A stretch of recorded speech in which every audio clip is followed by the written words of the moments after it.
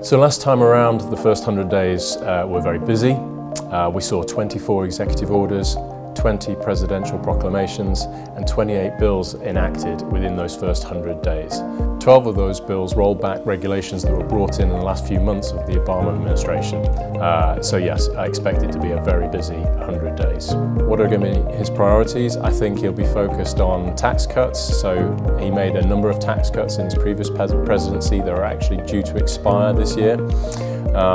So I expect those to be a priority to continue them and maybe even deepen those tax cuts. So that should be a focus in the first 100 days. He's talked about scrapping the clean energy tax credits, so I expect that to actually take place. What else are we expecting? I think we should be looking at tariffs. He's talked a lot about tariffs against the key trading partners for the US, so the likes of Canada, Mexico, China.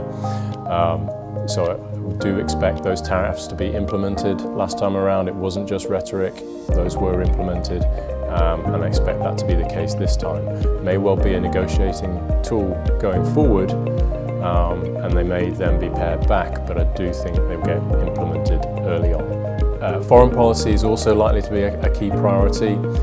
He's talked about obviously the conflict in Russia and Ukraine, as well as the Middle East. He's obviously talked about ending that conflict in Russia and Ukraine within 24 hours, which I think is going to be a tall order. But obviously it'll be closely watched. Certainly from a European perspective, it has the potential to have a big impact in terms of geopolitical stability, but also on things like energy prices and inflation here. So that's going to be keenly watched, but he's talked about that as being a key priority. And finally, he's also talked about more domestically focused priorities like border control and immigration. Recently, that's sort of reduced in terms of the wider rhetoric of lots of deportations, but certainly a focus on for example, criminal deportations in the early days. So I think those are the key priorities, and I expect it to be a busy first 100 days.